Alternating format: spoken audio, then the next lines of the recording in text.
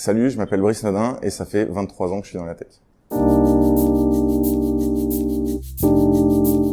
Moi, au début, j'étais pas du tout parti pour travailler dans la tech. Je voulais être journaliste et j'étais à la fac et je faisais à l'époque, ça s'appelait un DUG d'histoire et de sociologie.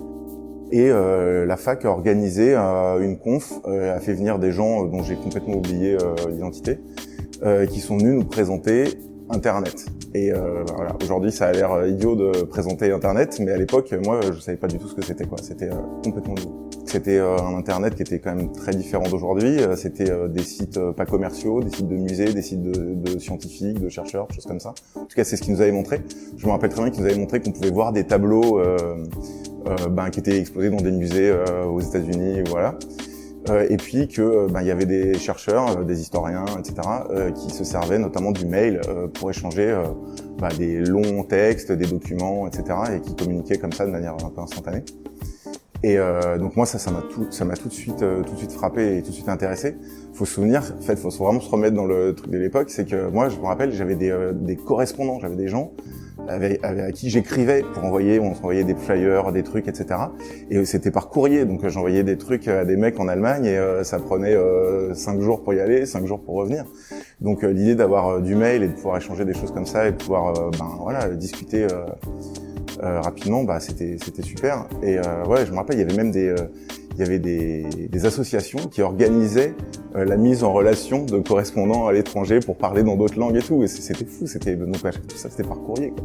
À ce moment-là, moi j'avais un PC depuis pas très longtemps, peut-être 1 an, et je m'en servais pour jouer aux jeux vidéo et je faisais de la PEO, je faisais des fanzines.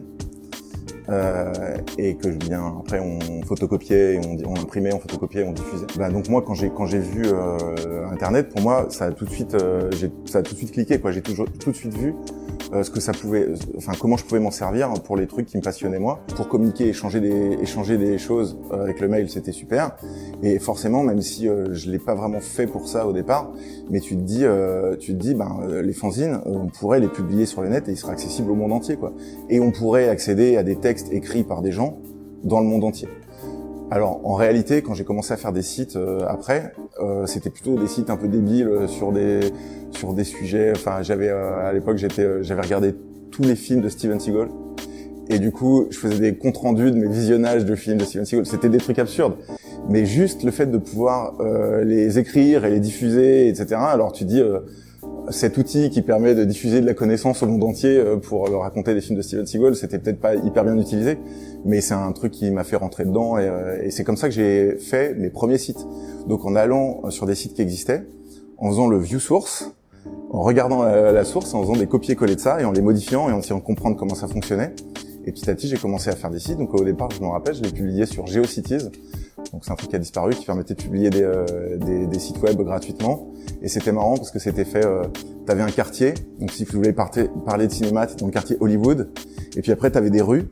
Et ton site, il avait un numéro. Et donc t'étais un numéro de la rue on était vraiment encore dans un truc où il fallait parler aux gens avec des trucs hyper concrets qu'ils connaissaient de la vie quotidienne, quoi. Donc j'étais dans un numéro, dans une rue du quartier d'Hollywood pour parler des films de Steven Seagal. Voilà. Et puis bon, après, j'ai commencé à faire plein de sites sur GeoCities et puis après un peu plus tard sur d'autres hébergeurs, Amigal, Alterne. C'est que je savais pas encore qu'on pouvait gagner de l'argent avec, mais par contre je savais que ça coûtait de l'argent. Vu qu'il fallait qu'on se connecte par ligne téléphonique et qu'on payait les communications téléphoniques, voilà, mes parents ils étaient pas trop ok pour que je passe mes nuits là-dessus et qu'ils payaient les factures de téléphone.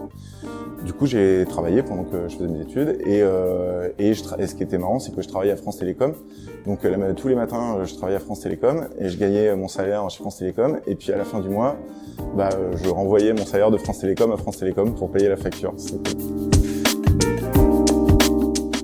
Donc j'ai fait ça pendant 4 ans où je faisais vraiment des sites amateurs. Et puis au bout de 4 ans, je devais m'inscrire donc en 5e année, à l'époque ça s'appelait DESS. Et donc moi j'avais 2 DESS qui m'intéressaient et où je m'étais inscrit, mais j'avais pas du tout la notion qu'il pouvait y avoir de la concurrence pour rentrer là-dedans. Et du coup je me suis inscrit très tard et c'était trop tard.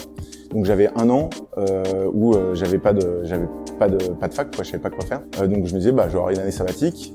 Bon, mes parents étaient pas trop d'accord avec le principe de l'idée sabbatique. Du coup j'ai cherché du travail.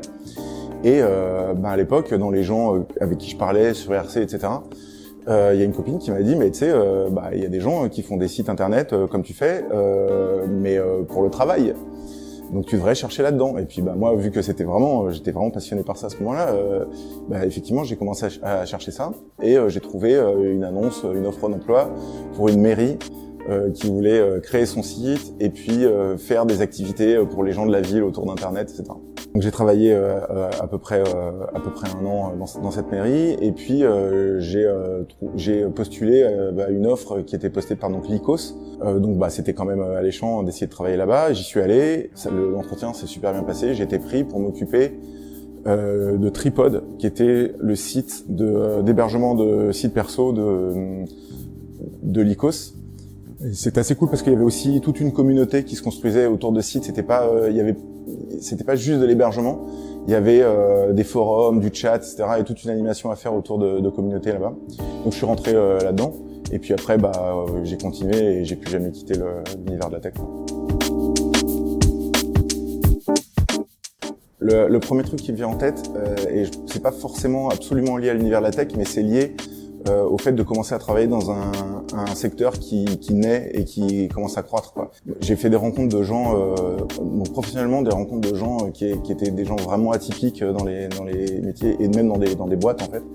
Et du coup, ça a vachement forgé la façon dont je vois moi mon rôle dans une boîte et sur le fait d'avoir des hiérarchies beaucoup plus plates et d'avoir plus un partenariat avec les gens que tu travailles que vraiment une relation de pure subordination. Je pense que ça, c'est quelque chose qui est bien parce que ça te donne des opportunités, ça te donne une faculté de te projeter dans des choses, dans des activités que tu fais pas maintenant, mais que tu pourrais faire parce qu'il y a rien qui t'en empêche. Et donc ça, c'est lié, je pense, à l'univers et aussi aux gens que j'ai rencontrés dans cet univers.